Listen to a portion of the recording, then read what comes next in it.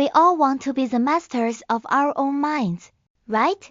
But more often than not, the mind is the one thing that refuses to listen. Today, we are going to dive deep into this struggle. We'll explore several ancient yet incredibly powerful metaphors, like practicing at the edge of a cliff, or the resilient grass that survives a wildfire, to see how we can find a path toward a truly unbreakable soul. The runaway horse. Let's start with a problem everyone has faced. Have you ever had that experience where you make a firm resolution? Alright, I'm going to focus now. And then your thoughts just bolt like a runaway horse? Before you know it, they've galloped off to who knows where, and you can't pull them back. Does this sound like you? Truly, the moment you decide to focus 1, 2 and poof, the thought is gone. This is the core issue we are facing today, that mind of ours that completely refuses to obey us. So, here is our roadmap. First, we'll look at this uncontrollable mind. Then we'll talk about the foundation and a high-stakes way of practicing. Next, we'll discuss crossing the river and the trap of joy. Finally, we'll reach the main point, the resilient spirit of the grass. Step 1. Laying the foundation. In the dialogue we're discussing today, the master emphasizes one thing: don't rush into practicing concentration. Building the foundation is the most important part. You see, the initial steps aren't about practicing a specific technique. They're more like preparing a field. You need to do 2 things. First, look at what you are feeding your body and mind every day. Second, how do you perceive those messy, uncontrollable thoughts in your head? Here's the key. We can no longer treat these wandering thoughts as minor flaws or small annoyances. No, you have to start seeing them as a genuine threat. They delay your work, your life, and your relationships. They are essentially poison. You have to fear them and avoid them, just as you would avoid actual poison. Step 2. Living on the edge. Once the foundation is solid, it's time for the real practice. But let me warn you, this is not a relaxing exercise. This is a battle, life on the line kind of practice. Imagine this: you are walking on the tip of a 100-foot pole, or standing on the very edge of a 10,000-fathom cliff. Below you is nothing but empty air. In a moment like that, do you think concentration is just an option? No, it is your only means of survival. This completely redefines what focus means.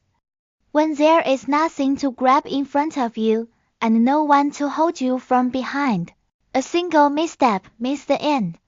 In this situation, you don't need to effortfully maintain your focus. It is naturally forced out of you by the fear of falling. You could say your survival instinct creates the most powerful concentration possible. Step 3. Crossing the river and the trap of success.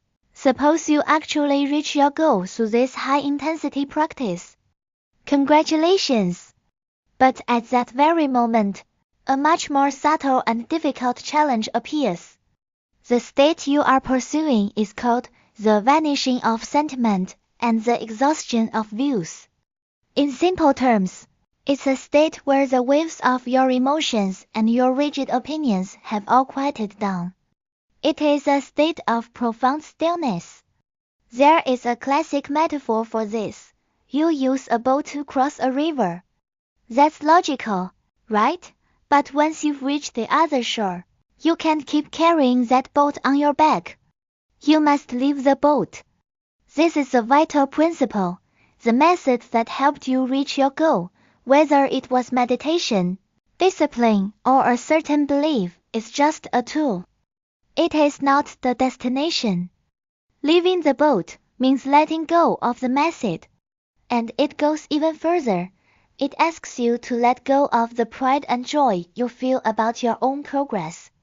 Does that sound a bit extreme? If I just feel a little happy, like I've made progress, am I back to square one? Exactly. The idea here is that even this positive feeling, this wow, I did it, sense of achievement, is actually just another distracting thought. It will pull you right back to the start. This critical concept is called attachment to the Dharma grasping. In plain English, it means you are deathly afraid of letting go of the boat that helped you cross. This is an incredibly common trap. Why? Because our ego loves to cling to proof of its own success. Step 4. Spirit of the grass. If we shouldn't cling to success or the joy of progress, what is the mindset we should have? This is where we find the final, and perhaps most powerful metaphor. To reach this state, do you think you should become a delicate and beautiful flower? Sounds lovely, doesn't it? But the answer is no. It says you should become real grass. Grass. That sounds a bit strange, right? We usually put flowers. But if you compare the two, the answer becomes crystal clear. Flowers are fragile. They need special care, and they die the moment they are clipped. But grass? Grass is resilient. It grows even better in adversity. The more you cut it or step on it, the stronger it grows. Our goal isn't a fragile kind of perfection. It's this unbreakable resilience. This is the most powerful part of the spirit of the grass. It completely changes how we view hardship. All difficulties, failures, and criticisms cease to be obstacles. What are they? They are fuel. They are the nutrients for your growth. The more you are cut, the more you flourish. The hotter the fire, the stronger you grow. Conclusion: turning obstacles into fuel. We've traveled from a chaotic mind to the spirit of the grass. What are the key takeaways from this journey? Let's summarize the 4 steps. Build the foundation. Treat wandering thoughts like poison. Practice with your life. Bring the intensity of standing on the edge of a cliff. Leave the boat after crossing. Let go of even your own success. Be grass, not a flower. Don't aim for fragile perfection. Aim for unbreakable resilience. This leaves us with one final question to ponder. Since we were young, we've been taught to pursue comfort and avoid difficulty. But what if the real key to growth is precisely this, the spirit of the grass?